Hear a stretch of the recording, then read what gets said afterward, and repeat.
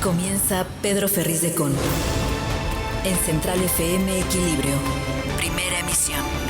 La revolución del intelecto. Hola, ¿qué tal? Muy buenos días. Se los saluda con mucho gusto su amigo Pedro Ferriz Híjar, de parte del ingeniero Pedro Ferriz de Con, quien se encuentra en Guadalajara, listo ya para impartir una magna conferencia el día de hoy, a la cual los quiero invitar antes de iniciar este programa a toda la gente que nos ve, nos escucha allá desde tierras jaliscienses. Va a estar allá en Guadalajara el día 22, o sea, hoy, a las 6 de la tarde, 18 horas, en el Auditorio Palco. Ahí va a estar impartiendo esta conferencia de Somos México, buscando impulsar voluntades. Los invitamos a que asistan, a que participen, a que se encuentren ahí en este encuentro de conciencias y de voluntades para sacar adelante a nuestro país. Mientras tanto, ¿qué le parece si usted y yo nos damos una vueltita por la información más importante? Estás escuchando a Pedro Ferriz de Con. Central FM Equilibrio. Resumen informativo. Ayer el gobierno de la Cuarta Transformación se vistió de manteles largos y Andrés Manuel López Obrador y funcionarios de esta Cuarta Transformación inauguraron lo que sería para ellos considerada la primera gran obra de infraestructura del sexenio, y es este aeropuerto internacional, y lo pongo entre comillas, Felipe Ángeles. El general Gustavo Vallejo, encargado de la construcción, resaltó que pese a la pandemia no rebasaron el presupuesto original. Falso. La infraestructura está debidamente verificada para operaciones aéreas nacionales e internacionales. Falso. Destacó que la terminal aérea permitirá democratizar, no sé qué signifique, los vuelos comerciales, pues hay millones de mexicanos que no vuelan el avión. Me encantaría que me explicara el general a qué se refiere con democratizar a los vuelos. Vamos a ver. Que dentro del presupuesto autorizado, el tiempo asignado y con la calidad y el equipo requerido, hemos cumplido con la misión.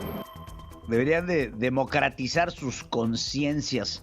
Isidoro Pastor, director operativo, señaló que con la incorporación de este aeropuerto internacional Felipe Ángeles, México competirá con los mejores aeropuertos del mundo por su diseño y altos estándares de seguridad y sustentabilidad.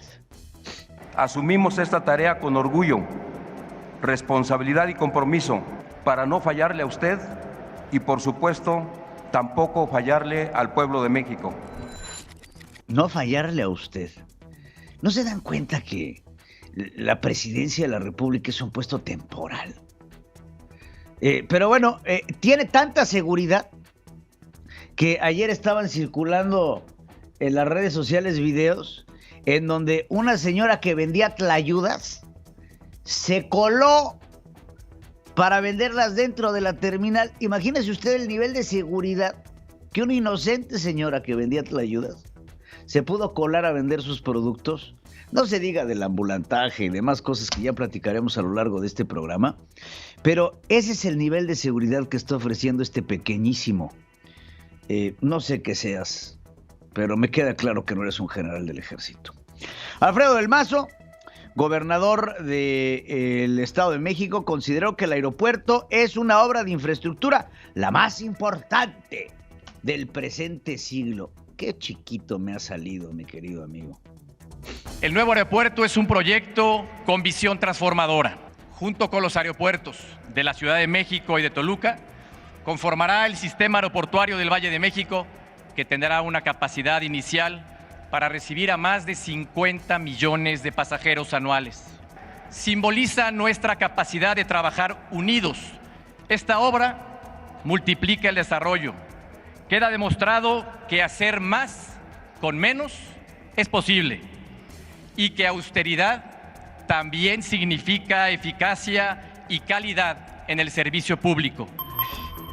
Claudia Sheinbaum, jefa del gobierno de la Ciudad de México, indicó que este aeropuerto constituye la esencia de la Cuarta Transformación, y no puedo estar yo más de acuerdo contigo, mi querida Claudia. Este aeropuerto es la esencia de su mediocridad. es la esencia de un trabajo mal hecho. Es la esencia de hacer las cosas a las carreras. Lo describes de cuerpo completo. Se antepone la aportación a la nación a partir de un proyecto racional, coherente. ¿Quién puede estar en contra de esto? Solo aquellos que miran exclusivamente por sus intereses personales. Aquellos que se beneficiaron por décadas del privilegio de estar cerca del poder. Hágame el favor. Omar Fayad, gobernador del estado de Hidalgo, subrayó que este aeropuerto detonará el desarrollo de la región. El aeropuerto Felipe Ángeles impulsa la competitividad económica al sector aeroportuario de México.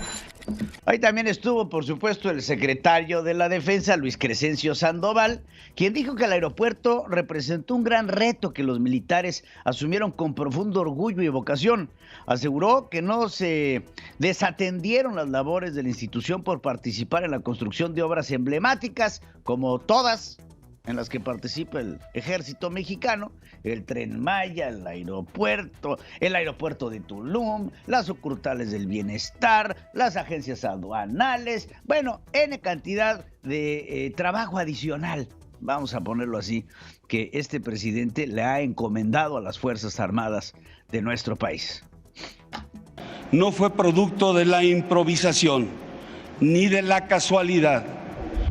Antes de esta ceremonia, el presidente de México, Andrés Manuel López Obrador, visitó la torre de control, acompañado, por supuesto, de su esposa, Beatriz Gutiérrez Müller, y observó los primeros aterrizajes en la pista, porque nada más está lista una, del nuevo aeropuerto. El primer vuelo que partió desde este aeropuerto fue uno de Aeroméxico, que salió rumbo a su tierra, por supuesto, a Villahermosa, Tabasco, alrededor de las 6:30. El primer vuelo en arribar fue proveniente de Guadalajara, Jalisco, en donde, por cierto, iba el presidente de Morena. ¿Cómo cree que se le iba? O sea, me cae que fue a Guadalajara, nada más para treparse a ese primer avión y aterrizar ahí entre vítores. Mario Delgado viene de Guadalajara. Después, durante el día, hubo algunas otras salidas que realizó a Cancún, a Monterrey, a Mérida, y después la parte internacional de esta magna inauguración en un vuelo que se va a Caracas, Venezuela. De hecho, aterrizó este primer vuelo, pues evidentemente llegó, tocó base y se fue de Venezuela. Un avión de Conviasa que despegó de Caracas fue recibido con los tradicionales chorros de agua. No sé si estos, ya ves, se ponen las 12 pipas de agua y echan chorros a los aviones. Es una ceremonia muy añeja que se hace en la aviación para festejar, por ejemplo, pues la inauguración de un aeropuerto, la inauguración de una ruta aérea, también lo hacen para despedir a algún piloto que se va a retirar, para despedir a algún avión que esté en retiro, para dar la bienvenida a algún equipo nuevo. Es una ceremonia, la verdad, bastante interesante esta de chorros de agua. El aeropuerto inició operaciones con opacidad, no se diga menos, con contratos sin licitar, por adjudicación directa, empresas que se crearon nada más para este tipo de aeropuerto, obviamente empresas nuevas con adjudicaciones multimillonarias, proveedores que son vinculados a factureros, a contratistas con antecedentes de corrupción. Además, no se terminan todavía los accesos para llegar a la terminal, porque pues, esto ha sido muy complicado para muchos viajeros. Por ejemplo, esta madrugada, antes de este día de asueto, Andrés Manuel López Obrador tardó 40 minutos en llegar de Palacio Nacional al aeropuerto. Legisladores y funcionarios y demás, esos llegaron por avión. Pero muchas otras personas que fueron al aeropuerto se perdieron, se te echan 3 horas y media. No es lo mismo ser el presidente, ir con avanzada y camiones de la presidencia y una ruta crítica diseñada, que ser cualquier hijo de vecino que tiene que estar atorado en el tráfico con las obras mal hechas, en horas pico, en donde para llegar al aeropuerto pues uno se puede tardar hasta 3 horas y media. Pero bueno, Salvador Cienfuegos, ¿qué cree? Ahí reapareció el exsecretario de la Defensa, participó en esta ceremonia. Es la primera aparición pública del general desde que fue liberado en el 2020 por Estados Unidos, después de esta intermediación que hace México. Estuvo ahí en las primeras filas, en el área asignada a extitulares de la Sedena, en donde también se vio a el secretario de la Defensa de Calderón, que se llamaba Galván. También estuvo por ahí. El 15 de octubre del 2020, el secretario de la Defensa durante el sexenio de Peña Nieto fue detenido en Estados Unidos por narcotráfico, luego de una investigación de años que no fue informada a México. La Fiscalía de Nueva York lo acusó de conspirar por traficar heroína, cocaína, marihuana, metanfetaminas, así como lavado de dinero y delincuencia organizada. En noviembre del mismo año, Washington le retira los cargos por importantes consideraciones de política exterior, no porque sea inocente, sino por importantes consideraciones de política exterior. La Fiscalía General de la República se comprometió a investigar el caso, pero semanas después lo exoneró y archivó y cerró ese expediente. En el evento, les digo, también estaba el exsecretario de Defensa, Guillermo Galván, que fue el de Felipe Calderón. Una filial de la empresa francesa Automation ganó 3 semanas después de constituirse un contrato de 1,475 millones de pesos para suministrar el sistema de manejo de equipaje del aeropuerto Felipe Ángeles. Constituida en el 24 de julio del 2020, esta empresa obtuvo el 14 de agosto del 2020, o sea, en julio se constituye, y en agosto del 2020, del mismo año, gana un contrato mediante un procedimiento de adjudicación directa internacional abierta presencial, luego de que en junio se declaró desierto el proceso de contratación por invitación cuando al menos a 3 personas.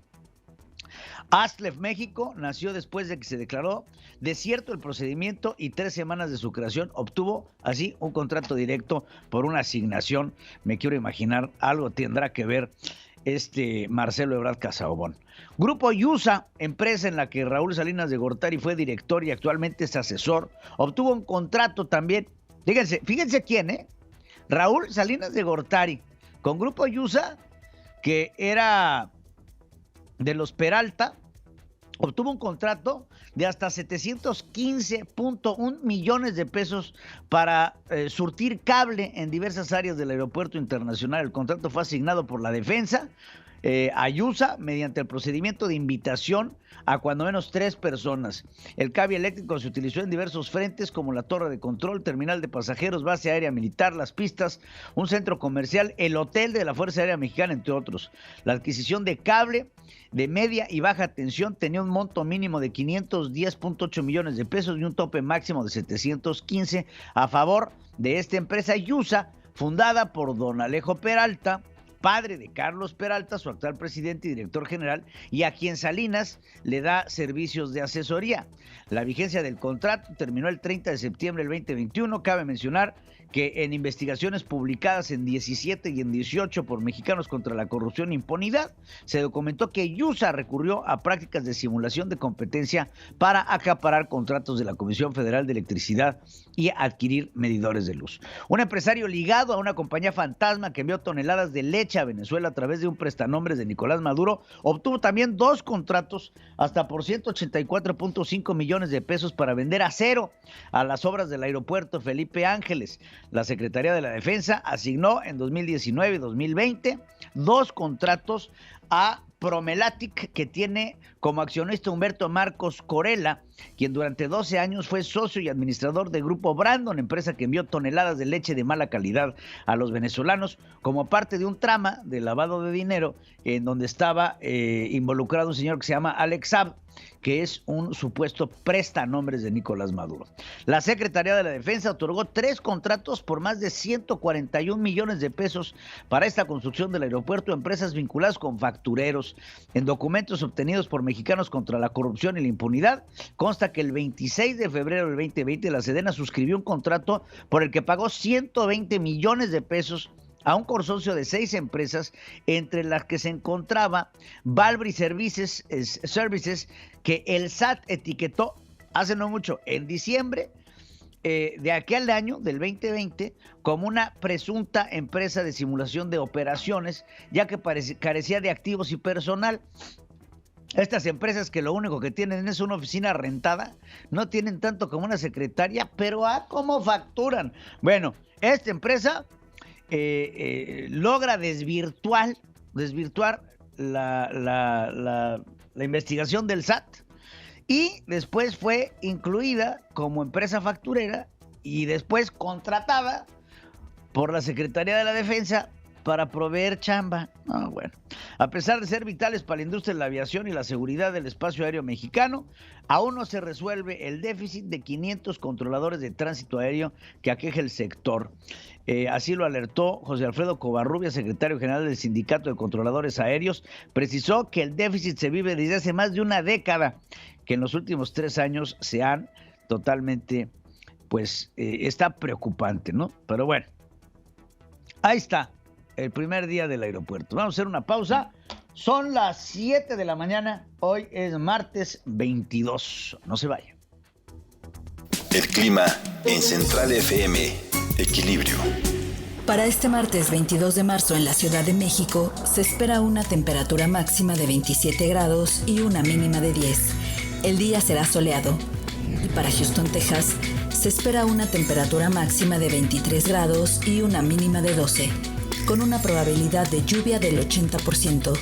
Para más información, visítanos en centralfmequilibrio.com. Pedro Ferriz de Con. En Central FM Equilibrio. Primera emisión. La revolución del intelecto. El primer mes de este año, el sector público tuvo un déficit fiscal por 64,533 millones de pesos, el más elevado para un mes similar en 6 años. Este monto es 10.4 veces mayor al déficit que se registró en el mismo mes del 2021 y el más alto que se ha reportado para un primer mes del año desde el 2016, cuando llegó a 51,749 millones de pesos, revelaron cifras de la Secretaría de Hacienda.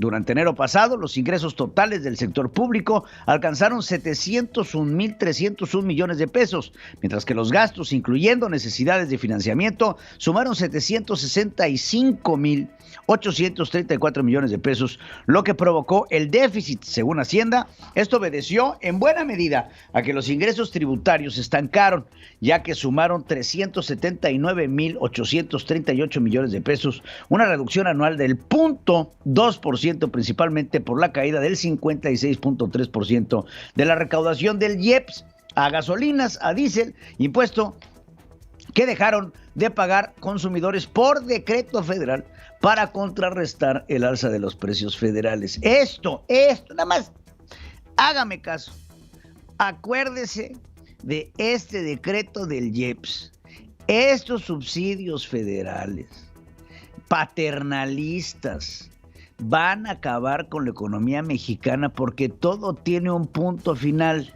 No le estoy diciendo que va a ser mañana, pero cuando el gobierno dice por decreto federal ya no se va a pagar el impuesto, el gobierno federal va a dejar de recibir una buena cantidad de dinero que después se puede regresar en algunas otras formas, porque lo que necesita el gobierno es dinero para poder operar, y lo que le va a hacer falta al gobierno de México dentro de ya es justamente ese dinero, porque sus recaudaciones se han venido para abajo en todo.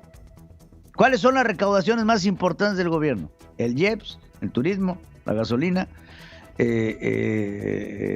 obviamente los impuestos que se pagan y todo, miren, para abajo. El estímulo fiscal complementario que aplica el gobierno federal para evitar que las gasolinas diésel se encarezcan beneficia a 65.2% de las personas que perciben ingresos mayores en el país y solo al 8% de los que ganan menos, ampliando con ello las desigualdades. Aparte de todo, no están apoyando a la gente que dicen apoyar. De acuerdo con un reporte de distribución del pago de impuestos y recepción de gasto público de la Secretaría de Hacienda con cifras del 2020, esto ocurre porque estas personas son las que contribuyen en esa misma proporción al pago del IEPS, y al ser subsidiado por el gobierno, pues son los más favorecidos. Ante las necesidades del sector industrial por tener accesos a energías más competitivas y confiables, el almacenamiento es la opción para lograr disminuir sus facturas eléctricas. De acuerdo con Alejandro Fajer, director de Quartux, la empresa especializada en soluciones de almacenamiento, entre las 18 y las 22 horas se tiene un pico de demanda eléctrica en el país, por lo que aquellas empresas o industrias que requieren de un consumo constante presentan altos costos por tomar la electricidad en los horarios en donde más cuesta. Esto es por un sistema de almacenamiento a medida o según las necesidades de cada industria. Puede ser una opción que disminuya hasta un 40% la facturación eléctrica. Entonces, ¿qué es lo que está proponiendo? Nada más para desmenuzar esta información, pues ahora sí que almacenes energía para que en estas horas pico, cuando llegues a pedirla, utilices la energía almacenada que tomaste durante horas de menor costo, porque usted sabe que en términos de la energía para estas grandes empresas, la energía tiene un costo según el horario. Cuando la gente más prende la luz, pues la energía se encarece por una ley facilísima de la oferta y la demanda. La Suprema Corte de Justicia de la Nación resolverá en abril si invalida o no la reforma a la ley de la industria eléctrica impulsada por Andrés Manuel López Obrador, que da preferencia a la Comisión Federal de Electricidad sobre empresas privadas y que contiene varios cambios que ahora busca incluir en la Constitución.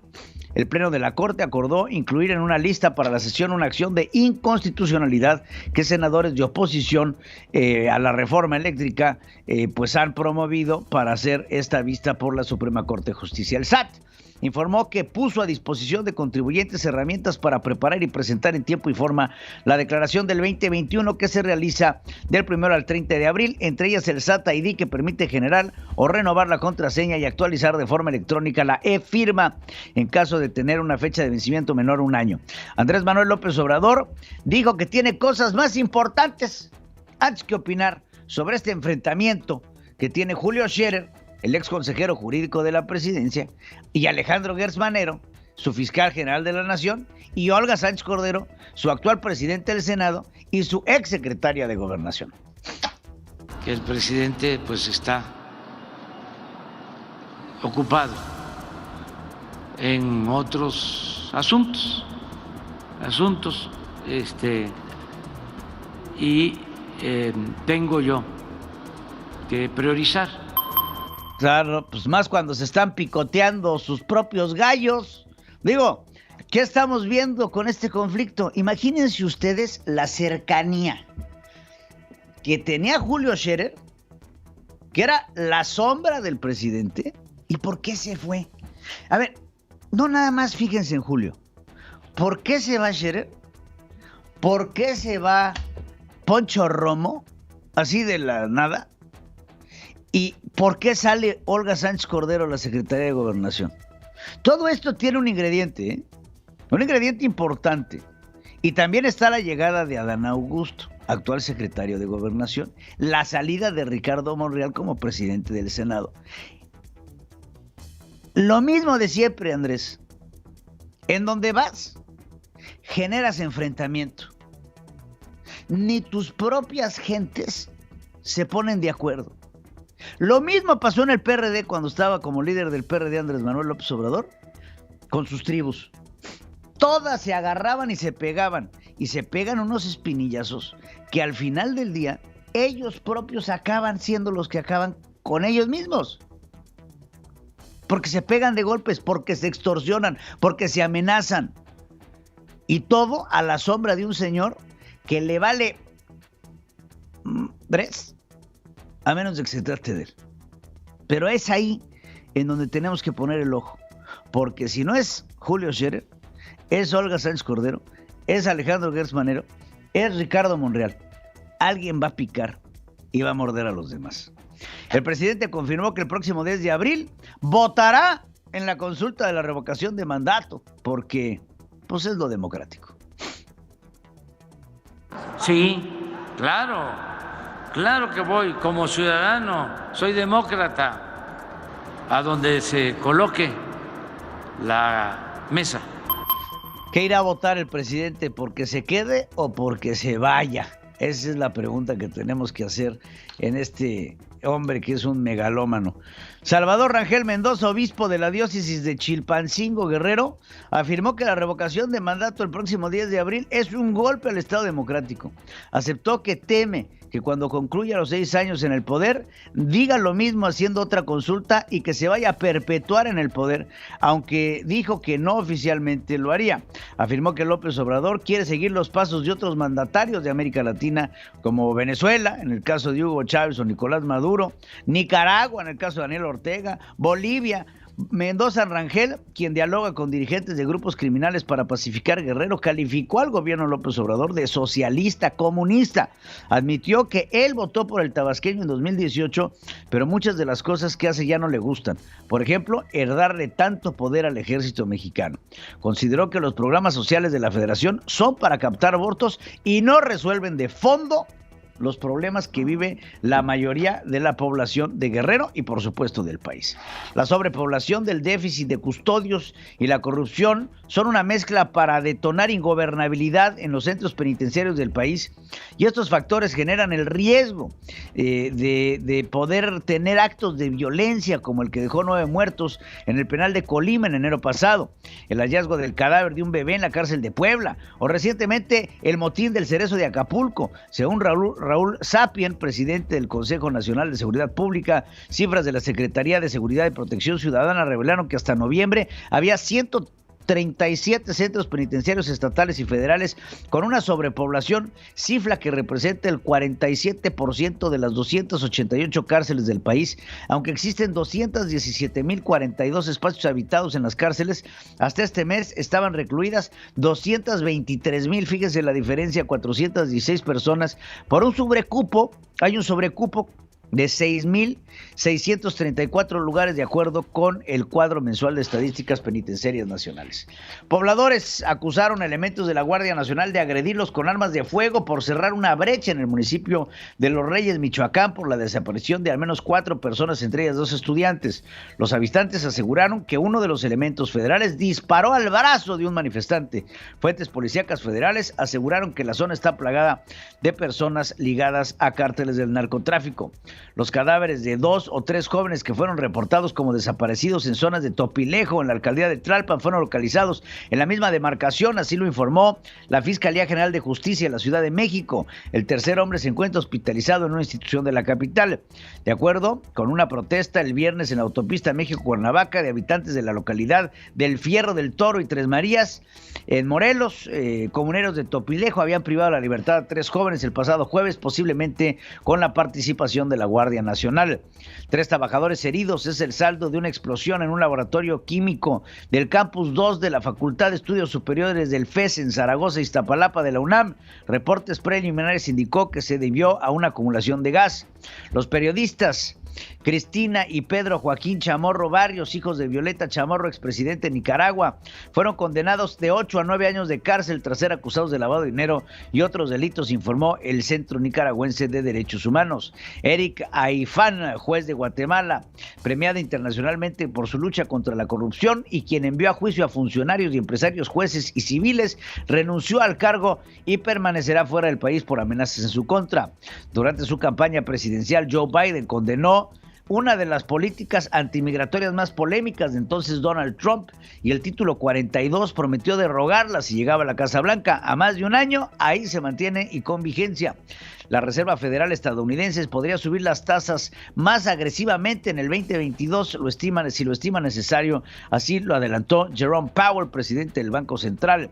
El próximo viernes, Joe Biden, presidente de Estados Unidos, viajará a Polonia para hablar con su par sobre la invasión de Rusia en Ucrania, informó la Casa Blanca. Esto va a detonar algo, porque los rusos no van a ver con buenos ojos que Joe Biden esté viajando a Polonia. Ya lo hablaremos con Adriana Blaniff. Las falsas acusaciones de Rusia sobre que Estados Unidos tiene armas biológicas y químicas en Europa sugieren que Vladimir Putin considera emplearlas en su guerra contra Ucrania, así lo alertó Joe Biden. El mandatario norteamericano pidió a empresas de Estados Unidos asegurarse de cerrar puertas digitales. En un comunicado argumentó que Rusia considera lanzar un ciberataque a blancos cruciales de infraestructura, según informes de inteligencia. Así habla Ann Neuberger, asesora adjunta de Seguridad Nacional del presidente para tecnologías cibernéticas y emergentes. Notwithstanding these repeated warnings, we continue to see adversaries compromising systems that use known vulnerabilities for which there are patches. But there's still much more we need to do to have the confidence that we've locked our digital doors, particularly for the critical services Americans rely on. A pesar de los distintos llamados, continuamos viendo adversarios comprometiendo sistemas, usando las vulnerabilidades para los cuales existen estos parches. Todavía tenemos un largo camino que recorrer para asegurarnos que hemos cerrado todas las puertas digitales, especialmente a servicios capitales de los cuales dependen los norteamericanos. Rusia advirtió que las relaciones con Estados Unidos están al borde de la ruptura. Convocó a John Sullivan, embajador norteamericano, para expresarle su inconformidad por las declaraciones de Joe Biden sobre el mandatario ruso Vladimir Putin, a quien calificó como un criminal de guerra, dictador, asesino y matón puro. Países de la Unión Europea acusaron a las Fuerzas Armadas rusas de cometer crímenes de guerra en Ucrania, aunque es poco probable que impongan nuevas sanciones a Moscú. Naciones Unidas hará nuevamente un llamado a Rusia para que detenga la ofensiva contra Ucrania con una resolución redactada por México y Francia, según AP, en la que se exigirá la protección de toda la población civil de infraestructura indispensable para la necesidad de sobrevivir. Cualquier compromiso en las negociaciones con Rusia para poner fin al conflicto será sometido a referéndum en Ucrania, así lo aclaró el presidente Zelensky. Rusia pidió a las fuerzas ucranianas que depongan las armas en Mariupol, donde admitió se desarrolla una terrible catástrofe humanitaria. Ucrania rechaza la demanda. Al menos 8 personas murieron cuando las fuerzas rusas bombardearon el centro comercial en Kiev. El alcalde impuso un nuevo toque de queda a las 8 de la noche a las 7 de la mañana, que estará vigente hasta el miércoles. Un herido es el saldo preliminar de la dispersión de una manifestación en Gerson, al sur de Ucrania, con disparos de armas automáticas y gases lacrimógenos. Y por último, un tribunal de Moscú prohibió Facebook e Instagram en Rusia por realizar actividades extremistas, informaron agencias prorrusas. Hacemos una pausa, regresamos. 7 de la mañana con 20 minutos, martes 22 de marzo. El clima en Central FM. Equilibrio. Para este martes 22 de marzo en Tampico, Tamaulipas, se espera una temperatura máxima de 29 grados y una mínima de 20. El día será soleado.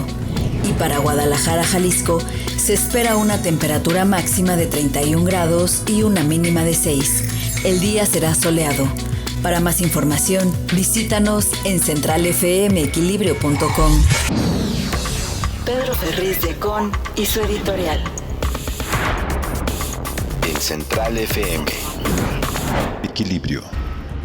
Antes que nada, muchas gracias por continuar por nosotros aquí en Central FM Equilibrio y invitándolos nuevamente a que asistan a la conferencia que estará dando el día de hoy el ingeniero Pedro Ferriz de Con, allá en Guadalajara, 22 de marzo, 18 horas, Auditorio Palco. Ahí puede usted acceder a través de nuestras páginas y de este código que tiene usted en pantalla para la venta de boletos. Pero bueno, lo que ayer vimos sobre la inauguración del aeropuerto Felipe Ángeles fue francamente vergonzoso.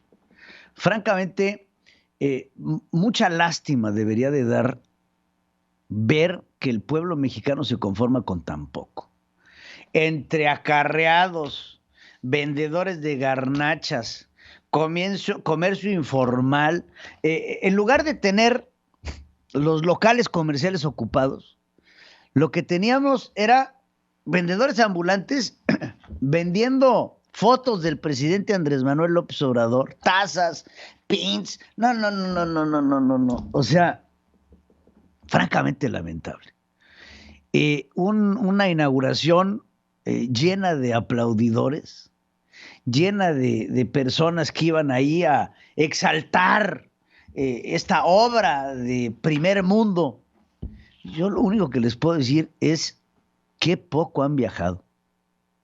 Porque querer equiparar la obra del aeropuerto Felipe Ángeles con aeropuertos de talla mundial y de gran infraestructura, pues es lamentable. Miren, he visto mayor operatividad en el aeropuerto de Siem Reap en Camboya que lo que vimos ayer en el aeropuerto de Felipe Ángeles.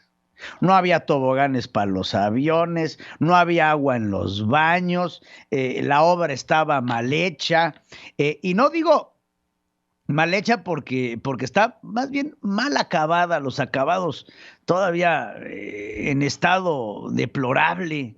Vamos, el chiste era llegar a la fecha en lo que ellos consideraron era un asunto que se presentó en tiempo y forma. Y nada más falso que eso. Porque este aeropuerto, seguramente, conforme pase el tiempo y conforme pasen los años, porque ya está ahí, el aeropuerto tendrá que presentar algún tipo de beneficio. No digo que no sirva para nada, porque pues, evidentemente tendrá que servir para algo. Como central camionera, si usted gusta, de algo va a servir. Pero lo que nos tenemos que poner a pensar es no solamente en el dispendio de dinero, en el capricho del presidente, en llegar a obras inconclusas. ¿A qué le estamos tirando? ¿Y por qué estamos constantemente en la búsqueda de ver la forma en que vamos nosotros a desperdiciar el dinero los mexicanos? Este aeropuerto, tal y como fue presentado el día de ayer, no resuelve el problema. Decía este general, que ya no me acuerdo cómo se llama, creo que Vallejo, que era el momento de democratizar la forma en la que se vuela, porque hay muchos mexicanos que no van a volar y van a seguir sin volar, general. Hicieron un aeropuerto para el pueblo que no viaja en avión. Perdieron de vista la gran oportunidad que se tenía para presentar un proyecto aeroportuario que colocara a México, a nuestro país, en el foco de la atención mundial. México representa un sinfín de oportunidades turísticas, comerciales, N cantidad de cosas. Estamos geoestratégicamente maravillosamente localizados. Tenemos playas, tenemos desiertos, tenemos de todo. Pero también tenemos una enorme cantidad de mediocres. Porque lo que ayer vimos fue un culto a la franca mediocridad. Un tributo, y perdóneme usted, a la hueva.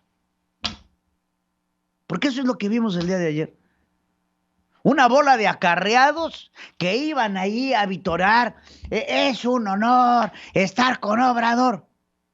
Vive Dios.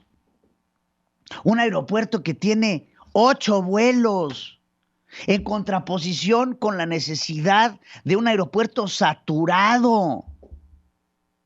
Un aeropuerto de la Ciudad de México que tiene arriba de 900 vuelos diarios. Hagan ustedes las matemáticas. Si son 900 vuelos diarios, y vamos a suponer, en términos redondos, que cada vuelo tenga 100 personas, ¿de cuántos pasajeros estamos hablando? Al día, al mes, al año, para que nos vengan a poner en contraposición un aeropuerto que tiene 12 vuelos, que busca tener el carácter de internacional, porque perdónenme, no lo tiene. No hay rutas aéreas internacionales más que la de Venezuela. Bueno, ni cubana de aviación. Porque siquiera, pues ya díganle a sus amigos que llegue un vuelo de Argentina, que llegue un vuelo de Bolivia, que llegue un vuelo de Cuba. Pero ¿saben qué? Tampoco hay economía y tampoco hay mercado. Porque nuestra comunicación aérea con los países de los que ahora somos aliados, no tiene esa comunicación aérea interportuaria que nosotros estábamos pensando con Andrés Manuel López Obrador, o por lo menos que estaba pensando él. ¿Dónde está la interconexión de los mexicanos con el mundo? Está en Estados Unidos, está en Canadá y está en Europa.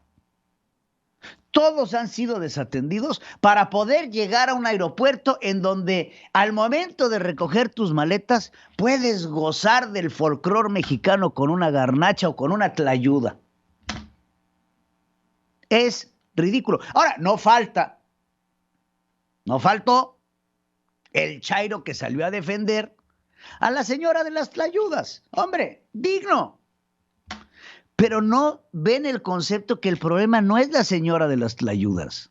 El problema no es la señora que llegó con su comercio informal a poner un tapetito y a poner sus cositas para vender, porque hay una necesidad de trabajo en el país. Ese es el problema. El problema es que nosotros privilegiamos la informalidad. El problema es que desatendemos las causas de fondo y de forma. Y ahí, como bien lo dijo Claudia Sheinbaum, está la esencia de la cuarta transformación. La pobreza, lo maltrecho, lo mal hecho, que es esta administración de Andrés Manuel López Obrador. Una obra de infraestructura que tenía la capacidad de marcar un cambio y que, perdóneme usted, no lo hizo. Hacemos una pausa, regresamos, los invitamos a sintonizarnos en www.centralfm Equilibrio y por supuesto a bajar nuestra aplicación para que nos pueda escuchar en todo momento y a toda la hora. La entrevista con Pedro Ferriz de Con. Central FM. Equilibrio. Muchas gracias por regresar con nosotros aquí a esta primera emisión. A nombre del ingeniero Pedro Ferriz de Con, yo les doy las gracias por continuar. Y quiero darle la bienvenida al diputado Guillermo Huerta Link. Él es integrante de la Comisión de Vigilancia de la Auditoría Superior de la Federación, la Cámara de Diputados. Diputado, ¿cómo estás? Muy buenos días. ¿Cómo estás, Pedro? Gracias por la invitación. Estoy a tus órdenes. ¿No te vi ayer en el aeropuerto? No fuimos porque fuimos invitados 30 diputados, pero platícame. No nos gusta violar la Constitución. Como ustedes saben, está en medio de un proceso de revocación del mandato, revocación que promovió López Obrador como candidato y se hizo la reforma constitucional y estamos en un proceso. Luego, sus diputados y senadores vandalizaron la Constitución otra vez y modificaron la ley de revocación del mandato y ahora la pregunta es además de la revocación tal como lo dice la Constitución, que es revocar el nombramiento de un funcionario público, como es el caso del presidente de la República, ahora ponen una falsa pregunta para una ratificación y esa ratificación que va a ser supuestamente el 10 de abril, donde la gente aquí tiene que ir a participar para revocar o ratificar. No puede ratificar un servidor público que ya tiene un nombramiento por 6 años. Es una falsa ratificación. Es nuevamente poner a López Obrador en la boleta. Eso es lo que él quiso hacer. No resiste no estar en la boleta. Otra vez aparece la boleta López Obrador para que salga la gente, salgan sus activados y todos sus militantes para poder. Y si hubiéramos estado el día de ayer, los servidores públicos, yo como diputado y los demás, hubiéramos violado la ley porque no puede haber promoción de obra pública en este momento. Estamos en proceso electoral de revocación del mandato. Ahora, ¿qué opinas en términos generales y como representante del pueblo de lo que vimos el día de ayer? Porque en términos de inauguración y la concurrencia, los vítores, los vendedores ambulantes, creo que hace un retrato de cuerpo completo de lo que es esta administración política. Sí, claro, nuevamente, el aeropuerto lo hizo violando otra vez, insisto, la Constitución y la ley de revocación del mandato. Se hizo un evento partidista, un evento de difusión a la investidura, ni siquiera la investidura presidencial, ojalá la estuviera honrando, al nombre de López Obrador. Acarreados, vendedores ambulantes, vendiendo figuras, tazas, playeras con el nombre de López Obrador, había artículos de Morena, en los pisos de un aeropuerto internacional, cómo fueron llevados muchos de los reporteros, los trabajadores, los mismos empresarios prestándose ahí, más por el temor presidencial que por el apoyo a una unidad económica que puede generar un desarrollo económico del país. Eso debería de ser el Aeropuerto Internacional Felipe Ángeles. Me queda clarísimo. Ahora, dime una cosa, ¿qué se puede hacer en términos de ley sobre lo que hablas de la violación de lo que era la veda electoral y cómo se contrapone con este acuerdo político que se acaba de salir de la Cámara de Diputados, en donde, según ellos, ya pueden hablar libremente y se ha quitado la mordaza del INE ante lo que ellos consideran el no poder hablar sobre sus logros ahora que viene este proceso de revocación de mandato? Bueno, se tiene el partido y distintas personas han presentado quejas ante el INE. El INE genera una medida cautelar que es bajar espectaculares o pedirle a los funcionarios públicos que no participen, se les sanciona. Eso es con respecto a la revocación del mandato o a los actos. Ahora, la sala especializada del Tribunal Superior ya se pronunció con respecto a que en este momento no puede haber cambio de reglas. Esta bola rápida que el presidente de la Cámara de Diputados, sirviéndole y poniéndosele de tapete a López Obrador para generar una interpretación constitucional, que hay que decirlo, todavía falta ir a la Corte para pronunciarse, porque aquí podemos presentar una acción de inconstitucionalidad y sobre todo el Tribunal Electoral puede pronunciarse. Le quiero explicarle a la gente de una manera, oye, a mí esto de qué me sirve. ¿A ustedes les gustaría que sentándose a jugar en su casa un Monopoly o un Bagamon con otra persona, ustedes van ganando y de repente le dice el contrincante, oye, ¿qué crees? Vamos a cambiar las reglas. Oye, espérame, vamos a la mitad del juego, y tú vas ganando, o yo voy ganando, o ya me estás quitando todas las fichas. Digo, no, vamos a cambiar las reglas. Ahora yo puedo, en lugar de tirar 2 veces los dados, voy a tirar 4 veces. Eso es lo que está haciendo López Obrador y su equipo. No les bastó poner la revocación del mandato. Está bien, a los ciudadanos les dieron la posibilidad de salir a las calles, participar en un proceso de democracia directa y poder revocarle el mandato. Modificaron la ley de revocación del mandato, le quitaron recursos al Instituto Nacional Electoral para poder llevar a cabo la revocación del mandato. Torpedean a los consejeros electorales todos los días, los amenazan con juicios políticos, los amenaza el presidente desde la mañanera, y ahora quieren poner una interpretación que pueden salir los servidores públicos, las y los funcionarios, las y los diputados de Morena con sus recursos públicos, con los impuestos, a salir a promover la revocación o la ratificación del mandato. Es de veras vandalizar la Constitución lo que estoy diciendo. Y ahora déjame un poco regresar al tema del aeropuerto. Sí. El aeropuerto de Santa Lucía, el AIFA, fue pensado como un elemento más que iba a compensar todo ese sistema aeroportuario metropolitano, es decir, con el del Benito Juárez, el aeropuerto de Benito Juárez, el de Toluca, y este aeropuerto iba a compensar todas las operaciones para poder hacer un sistema metropolitano aeroportuario. Nos iba a dar a los que estamos en el Valle de México la opción de poder usar uno u otro aeropuerto. El AIFA no va a servir en el corto y en el mediano plazo por 2 razones.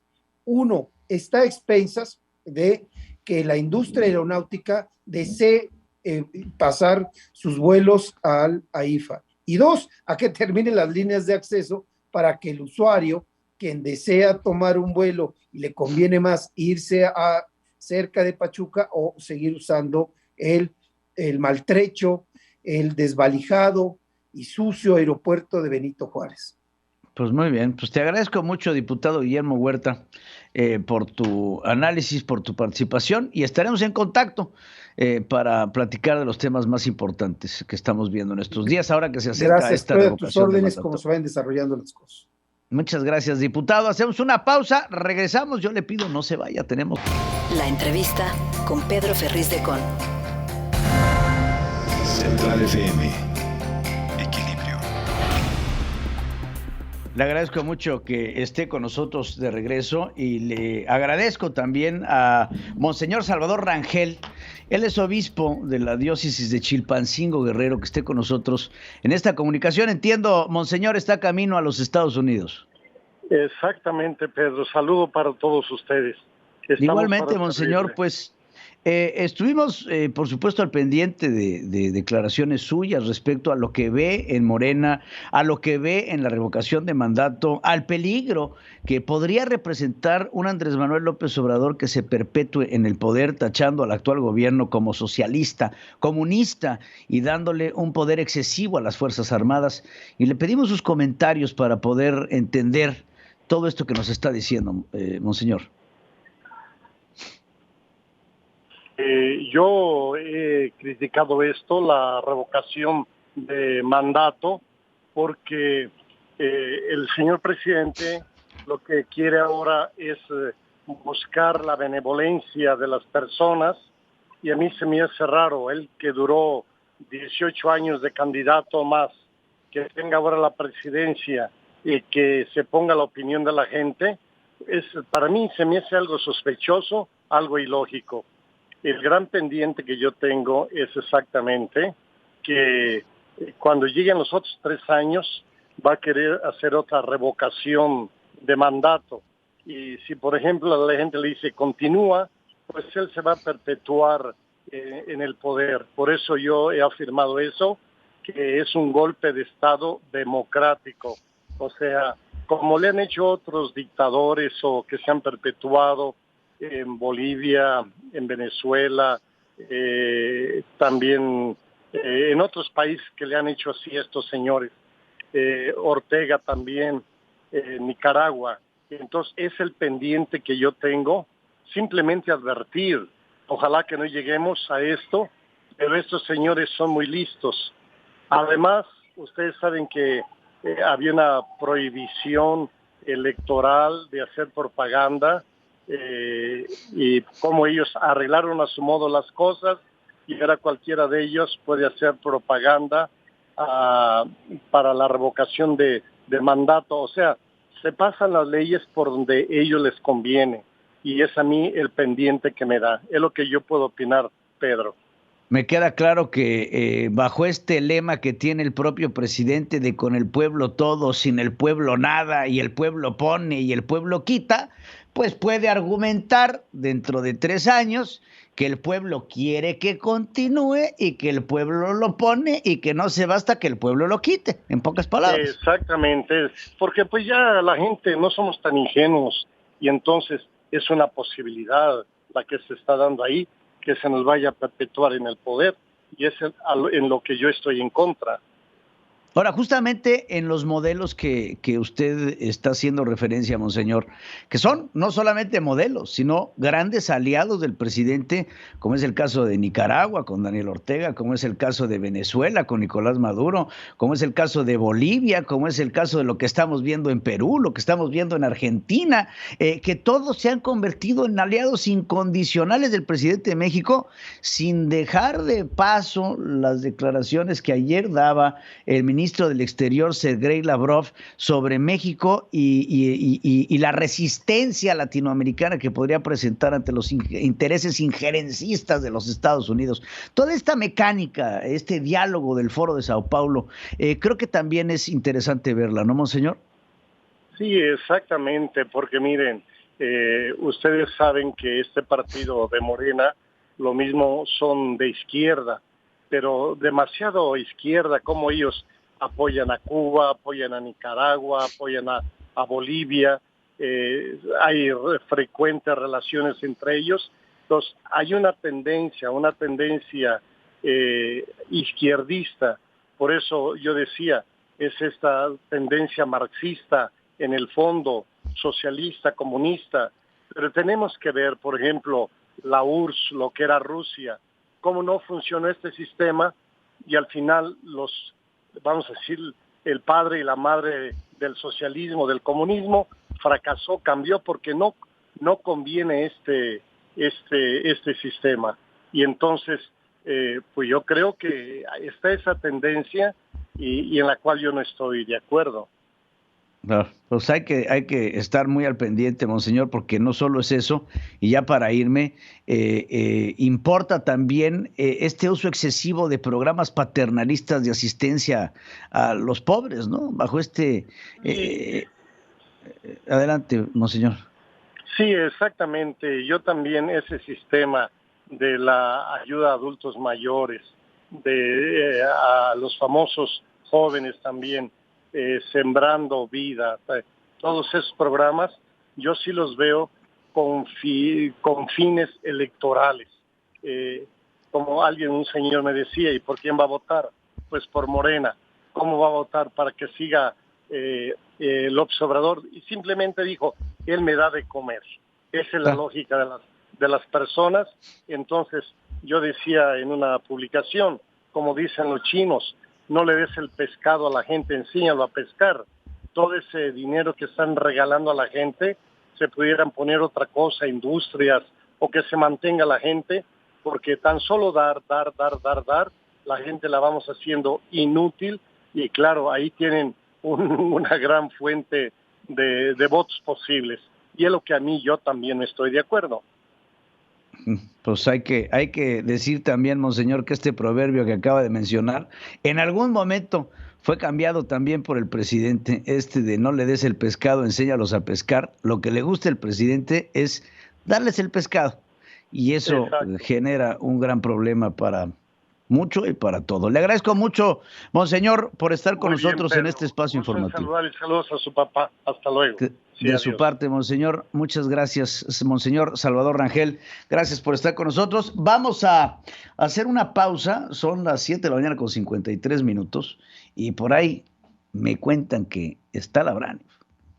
La información internacional con Adriana Braniff desde Miami, Florida.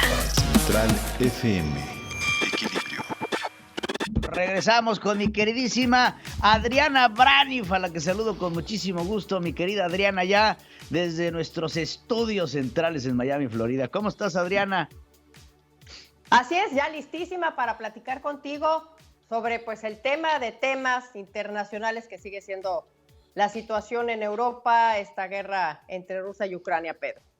A ver, Adriana, cuéntanos, ¿qué hay que ver?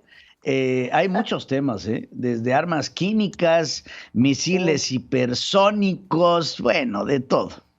Sí, ese tema de las armas químicas habrá que tocarlo con más detalle y con mucha cautela, porque pues sí, ya están diciendo, ¿no? Que lo que no encontró Bush allá en Irak de las armas de destrucción masiva los están encontrando ahora en Ucrania. Pero el tema de hoy, Pedro, el tema de hoy es del que están hablando todos, que es la entrevista que concedió Zelensky a un medio digital ucraniano, y es importantísimo, no podemos dejar de ver esta entrevista porque ahí reveló algo muy, muy importante, muy, muy importante.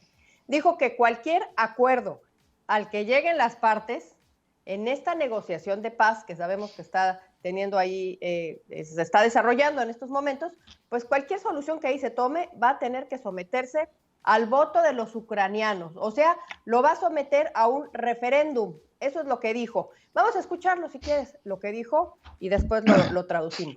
Venga. Перемовини, я їм поясню. Дивіться, коли ви говорите про ті чи інші зміни, і вони можуть бути історичними, ми нікуди не дінемось, ми прийдемо до референдумів. Народ повинен буде сказати і дати. Aquí tengo la transcripción. Mi ucraniano anda no un poco rasposo, pero a ver qué dijo. Sí, un poco rasposo, es que sí tiene, ya de tantos etis que hace, ya tiene la voz así. Mira, tengo aquí la transcripción para los que nada más nos están escuchando por audio. Lo que dice Zelensky aquí es: les expliqué a nuestros grupos, a los que están negociando, que cuando estén discutiendo cambios que pueden ser históricos, y ahorita vamos a hablar de esto, no podemos evitar, tendremos que hacer un referéndum. Pedro, es, desde mi punto de vista, un movimiento muy, muy astuto, inteligente por parte de Volodymyr Zelensky. ¿Por qué? Porque los ucranianos tienen en esta guerra unas expectativas muy altas. Hay una percepción general de que están ganando la guerra. Han luchado de una manera que han sorprendido al mundo entero. Ese es el resultado de un liderazgo fuerte, que es el de Zelensky, y no le queda duda a nadie de que así es. Y como en toda negociación, pues no existe la pirinola de toma todo. En toda negociación se gana algo, pero también se pierde algo, y cualquier cosa que Ucrania conceda podría verse como una traición de su líder. Velo así, es una situación muy, muy complicada la de Zelensky, en este sentido de poder conceder algo que a lo mejor se pueda ver como una traición. En esta entrevista también hablaron del otro tema importante, que es el que Ucrania nunca pertenezca a la OTAN. Es una condición que ha puesto Rusia. La OTAN se creó al inicio de la Guerra Fría como una manera para proteger a los países europeos de la ex Unión Soviética, y poco a poco ha ido incorporando países, muchos de los que ya están alrededor de Rusia, y esto no lo está viendo con buenos ojos ese país. Y entonces que Ucrania no fuera miembro de la OTAN, de este grupo militar, fue uno de los pretextos de la invasión, y es una de las tantas condiciones que está poniendo, al parecer, Rusia para un alto al fuego. Y en esta entrevista Zelensky dijo: entendemos que Ucrania nunca va a pertenecer a la OTAN porque, dice, los países miembros le tienen miedo a Rusia. Y dijo, ok, lo entendemos, pero necesitamos otras garantías de seguridad. Hay países, dijo, que de la coalición que están dispuestos a darle esas garantías de seguridad como si fueran miembros. Eso es lo que se está discutiendo en estas pláticas de paz. Pero lo más complicado de negociar es otro asunto. No si pertenece Ucrania a la OTAN o no, que parece ser que lo está concediendo ya. Zelensky ya lo dio por hecho que no va a pertenecer nunca a la OTAN. No, el tema más complicado son los territorios ocupados. Zelensky quiere una reunión directa con Vladimir Putin, y dijo estar dispuesto a hablar sobre esto, sobre los territorios ocupados. El que diga que está dispuesto a hablar sobre los territorios ocupados, pues tiene mucho que leer entre líneas, porque nos hace pensar si pudiera reconocer la anexión de Crimea, o sea, por ejemplo, pasar a aceptar que fuera parte de Rusia, o que pasara a reconocer la independencia de estos estados separatistas del este, que son Donetsk y Lugansk, conocido como el Donbass. Esas dos cosas, ¿estaría dispuesto Zelensky a dárselas a Rusia? Y entonces volvemos al punto inicial, Pedro. La reacción de los ucranianos a estas concesiones que pudieran hacerse, pues le pone muy complicado el panorama a Zelensky. Ya lo creo que le pone complicado. Ahora, el tema de las armas, creo que es un tema importante, porque Rusia acusa a Estados Unidos de tener armas químicas listas en Ucrania y que podrían ser utilizadas. Y Estados Unidos le responde, no te equivoques, esas armas podrían ser tuyas. Empieza a darse nuevamente muchos ingredientes de ataque entre Estados Unidos y Rusia en declaraciones que no ha pasado de ahí, pero que en cualquier momento se prenden, ¿eh? Sí, en cualquier momento se prenden, y es una mutua acusación, como bien dices.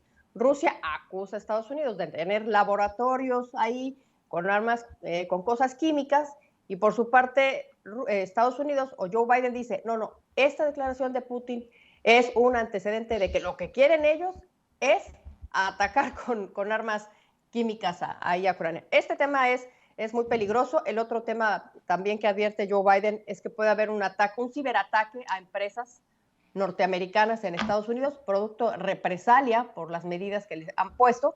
Mañana va a viajar a Europa, va a Bruselas, va a Polonia, como bien lo decías tú en tu resumen de noticias, va a estar platicando con miembros de la OTAN, con la Unión Europea, con el G7, y pues esto va a ser muy interesante porque va a un lugar muy importante. Vamos a estar muy atentos a estas reuniones que tenga Joe Biden. ¿Qué opinas del viaje a Polonia? ¿Cómo crees que pueda ser visto este viaje a Polonia por los rusos? Porque creo que este viaje de Joe Biden a Polonia me suena que podría ser visto por Rusia como un acto de provocación. Sí, pues mira, como lo vemos y lo he estado yo analizando, porque básicamente sí es el más polémico, es el hecho de que primero, hay que decir, que haya dicho que no va a Ucrania, eso ya es un punto de tratar de no caer en una provocación. Podría haber ido a Ucrania. Ya fueron a Ucrania muchos líderes europeos la semana pasada a hablar sobre el asunto. Biden dice, no voy a Ucrania, eso sí sería una afrenta directa hacia Vladimir Putin, porque sería un involucramiento mediático, podríamos decirlo así, pero sí va a Polonia, y Polonia es interesante porque además está junto a Ucrania, es un país que va a estar ahí al lado de los bombardeos, hay que decirlo, pero también Polonia es un caso interesante porque Polonia está recibiendo ya, o tiene ahí 2 millones de los 3 millones de refugiados que han salido de Ucrania. O sea, en Polonia están los de Ucrania. No va a Ucrania, pero va a un lugar donde están los de Ucrania. Claro, o sea, yo lo veo que esta visita tiene una connotación provocativa. Y hay otro punto. Acuérdate, Pedro, que justamente fue Polonia quien ofreció dar estos aviones MiG antimisiles, pero Joe Biden declinó la oferta. Fue cuando dijo, gracias, pero no gracias. Así es que pues está en un punto medio, ¿no? Está en un punto medio, no quiso provocar en ese asunto porque eso hubiera sido una total afrenta hacia Rusia, pero dice no. Y ahora va a ver a los refugiados seguramente y pues está entre la balanza. Vamos a ver cómo lo toma Rusia, cómo lo toma el mundo, cómo lo toma Ucrania. El hecho es que va Biden a Polonia y es un lugar estratégico, porque es un lugar que ha sido, un país que ha sido muy activo en esta guerra. Ya lo creo, mi querida Adriana Braniff, te agradezco muchísimo por tu comentario, como siempre, y no se olviden de seguirnos, Adriana y un servidor, en nuestro comentario en YouTube, aquí en Central FM Equilibrio. Busquen Central Equilibrio ahí en YouTube, y ahí no solamente podrán ver este comentario, sino muchos otros más de los que tenemos para ofrecerles a ustedes. Gracias, Adriana. Hacemos una pausa, ¿le parece? Regresamos con un resumen. Resumen de noticias en la hora central con Pedro Ferriz de Con. Central FM, Equilibrio. Andrés Manuel López Obrador y funcionarios de la 4T inauguraron la primera mega obra del sexenio, el Aeropuerto Internacional Felipe Ángeles. Antes, Andrés Manuel visitó la torre de control y observó los primeros aterrizajes. El primer vuelo que partió fue de Aeroméxico y salió rumbo a Villahermosa, Tabasco. Salvador Cienfuegos, exsecretario de la Defensa, participó. Esta es su primera aparición pública desde que fue liberada en el 2020 por los Estados Unidos, acusado de narcotráfico, lavado de dinero, etcétera, etcétera. Una filial de Alstom Automation ganó 3 semanas después de constituirse un contrato por 1,475 millones de pesos para el manejo del equipaje del Aeropuerto Internacional. Grupo Yusa, empresa en la que Raúl Salinas de Gortari fue director y actualmente es asesor, obtuvo un contrato de 715.1 millones de pesos para surtido de cable. Un empresario ligado a una compañía fantasma de Venezuela obtuvo 2 contratos por 184.5 millones de pesos para vender acero al Aeropuerto Internacional Felipe Ángeles. La Sedena otorgó 3 contratos por más de 141 millones de pesos para la construcción del Aeropuerto Internacional Felipe Ángeles, empresas vinculados con fractureros. Para ser vitales para la industria de la aviación, aún no se resuelve el déficit de 500 controladores de tránsito aéreo, alertó su sindicato. Bancomext y Nafin otorgaron 1,600 millones de pesos en financiamiento a empresas de cadena de valor que fueron parte de la construcción del Aeropuerto Internacional Felipe Ángeles. Los jardines del aeropuerto se convirtieron en tianguis, tlayudas, libros de Andrés Manuel, gorras de Morena, cuadros, pósters, el comercio informal presente en este aeropuerto. Trabajadores de Notimex bloquearon el principal acceso a la Terminal 1 del Aeropuerto Internacional de la Ciudad de México. En enero de este año, el sector público tuvo un déficit fiscal de 64,533 millones de pesos, el más elevado para un mes similar en 6 años, también 10.4 veces mayor al registrado en el mismo mes del 2021. El estímulo fiscal complementario para gasolinas y diésel beneficia al 65.2% de las personas con mayores ingresos y al 8% de las de menor ingreso, así lo aceptó la Secretaría de Hacienda y Crédito Público. Antes, las necesidades del sector industrial por tener acceso a energía más competitiva y confiable, el almacenamiento ante esta necesidad es la opción, de acuerdo con la empresa Quartux. La Suprema Corte de Justicia de la Nación resolverá en abril si invalida o no la reforma esta reforma que le da preferencia a la Comisión Federal de Electricidad, esta reforma de la industria eléctrica sobre las empresas privadas. El SAT puso a disposición de contribuyentes herramientas para preparar y presentar en tiempo y forma la declaración anual 2021 al 30 de abril. AMLO dijo que tiene cosas más importantes que hacer y no se va a detener para hablar sobre el enfrentamiento entre Julio Scherer Ibarra y Alejandro Gertz Manero. El presidente confirmó que el próximo 10 de abril votará en la consulta de revocación de mandato, ya que él es un demócrata. Salvador Rangel Mendoza, obispo de la diócesis de Chilpancingo, Guerrero, afirmó que la revocación de mandato es un golpe de Estado democrático. Sobrepoblación, déficit de custodios y corrupción, una mezcla para detonar ingobernabilidad en las cárceles, según el Consejo Nacional de Seguridad Pública. Pobladores acusaron elementos de la Guardia Nacional de dispararles por cerrar una brecha en Los Reyes, Michoacán, por la desaparición de al menos 4 personas. Los cadáveres de 2 o 3 jóvenes que fueron reportados como desaparecidos en la alcaldía de Tlalpan fueron localizados, informó la Fiscalía de la Ciudad de México. 3 trabajadores heridos es el saldo de una explosión en un laboratorio químico en la FES de Zaragoza de la UNAM. Los periodistas Cristina y Pedro Joaquín Chamorro Barrios fueron condenados de 8 o 9 años de cárcel por lavado de dinero y otros delitos. Erika Aifán, juez de Guatemala, renunció y permanecerá fuera del país por amenazas en su contra. El actual gobierno de Estados Unidos utilizó el título 42º con fines políticos, denunciaron defensores de derechos migrantes. La Fed podrá subir sus tasas más agresivamente en el 2022, así lo estima necesario, así lo adelantó Jerome Powell, presidente del Banco Central norteamericano. El próximo viernes, Joe Biden, presidente de Estados Unidos, viajará a Polonia para hablar con su par sobre la invasión de Rusia en Ucrania. Las falsas acusaciones de Rusia sobre Estados Unidos tiene armas biológicas y químicas en Europa sugieren que Vladimir Putin considera emplearlas en Ucrania, alertó el presidente de Estados Unidos. El mandatario norteamericano pidió a empresas asegurarse de cerrar sus puertas digitales ante posibles ciberataques de Rusia. 8 de la mañana, 15 minutos, pausa, regresamos. Roberto José Pacheco está con Pedro Ferriz de Con. Central FM. Equilibrio.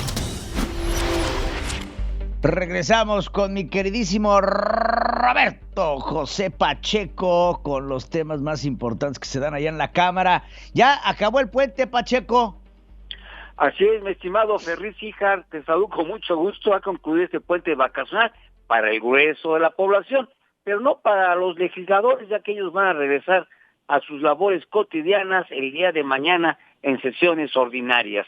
Bueno, pero ¿cómo regresa? Pues sí, en un clima político muy polarizado.